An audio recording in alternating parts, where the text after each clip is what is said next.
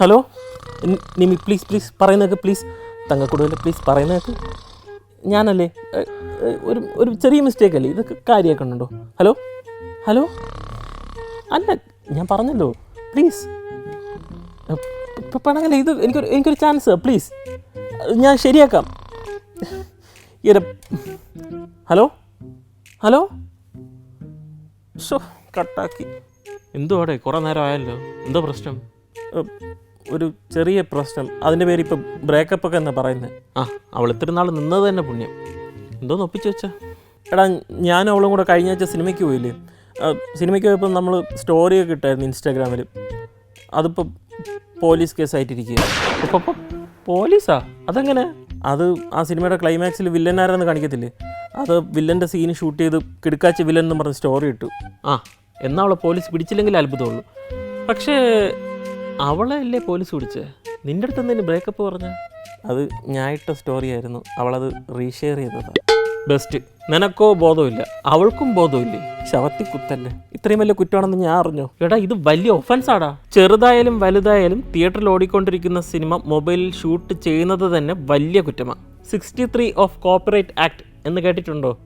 വല്ല ആക്ടിങ് കോഴ്സാണോ? ഉണ്ട പകർപ്പവകാശ ലംഘനം. ഈ പിഴ അടയ്ക്കുന്നത് തൊട്ട് ജയിൽ ശിക്ഷ വരെ നിനക്ക് കിട്ടാം. അയ്യോ ഇത്രയും വലിയ കുറ്റമാണോ? പിന്നെ സിനിമയുടെ സസ്പെൻസ് സീനെടുത്ത് സ്റ്റോറി ഇട്ട് നാട്ടുകാരെ കാണിച്ചിട്ട് നാട്ടുകാർ നിന്നെ തല്ലാത്തത് ഭാഗ്യം. സോറി, ഇനി ആവർത്തിക്കൂല. എടാ ഇത് കുറ്റം മാത്രമല്ല, നീയൊക്കെ ഈ ഷോ കാണിക്കാൻ വേണ്ടിയിട്ട് ഇതുപോലുള്ള സസ്പെൻസ് സീനൊക്കെ എടുത്ത് സ്റ്റോറി ഇടുമ്പോൾ അത് കാണുന്നവർക്ക് പിന്നെ ആ സീന് കാണുമ്പോൾ ഒരു ഫീൽ ഉണ്ടാവില്ല. പോരാത്തതിന് അതിൻ്റെ പേരിൽ അവർ സിനിമ കണ്ടില്ലെന്നും വരും. അത് പറഞ്ഞപ്പോഴാണ് ബോളിവുഡിലെ രാമായണം ഒരുക്കുന്നില്ലേ, അതിൽ രാമനും സീതയായിട്ട് വരുന്ന രൺവീർ കപൂറിൻ്റെയും സായി പല്ലവിയുടെയും ഷൂട്ടിംഗ് സ്റ്റിൽസ് ലീക്കായി. സോഷ്യൽ മീഡിയ തൊട്ട് നാഷണൽ മീഡിയ വരെ ഇപ്പോൾ അതാ ചർച്ച. ഒരർത്ഥത്തിൽ അത് സിനിമയ്ക്കൊരു പ്രൊമോഷന്. പോരാത്തതിനെ ഈ പബ്ലിക്കിൻ്റെ ഒക്കെ ഒരു റെസ്പോൺസ് എങ്ങനെയായിരിക്കുന്നത് നേരത്തെ അറിയാൻ പറ്റും. ശരിയാ, രാമായണമെന്നും പറഞ്ഞ് 700 കോടിക്കൊരു സാധനം ഉണ്ടാക്കി വെച്ചിരുന്നല്ലോ. അപ്പോൾ ഈ സിനിമയുടെ ക്രൂവിനും ആ ടെൻഷൻ കാണും. ഇനിയിപ്പോൾ ഒട്ടും പേടിക്കണ്ടല്ലോ.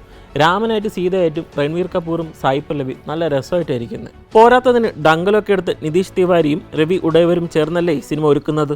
സത്യം. അതൊക്കെ ഇവിടെ മലയാളത്തിൽ നിന്ന് എന്തെങ്കിലും പുതിയ അപ്ഡേറ്റ് ഉണ്ടോ? അത് പറഞ്ഞപ്പോഴാ, മലയാളത്തിലെ മോഹൻലാലും സത്യനന്ദിക്കാടും പടം വരുന്നുണ്ട്. അത് നേരത്തെ വന്ന അപ്ഡേറ്റ് അല്ലേ? ആണ്. പക്ഷേ സത്യനന്ദിക്കാടിൻ്റെ മകൻ അഖിൽ സത്യൻ ഇൻസ്റ്റാഗ്രാമിലിട്ട ഒരു പോസ്റ്റിലാണ് ഇക്കാര്യം അറിയിച്ചത്.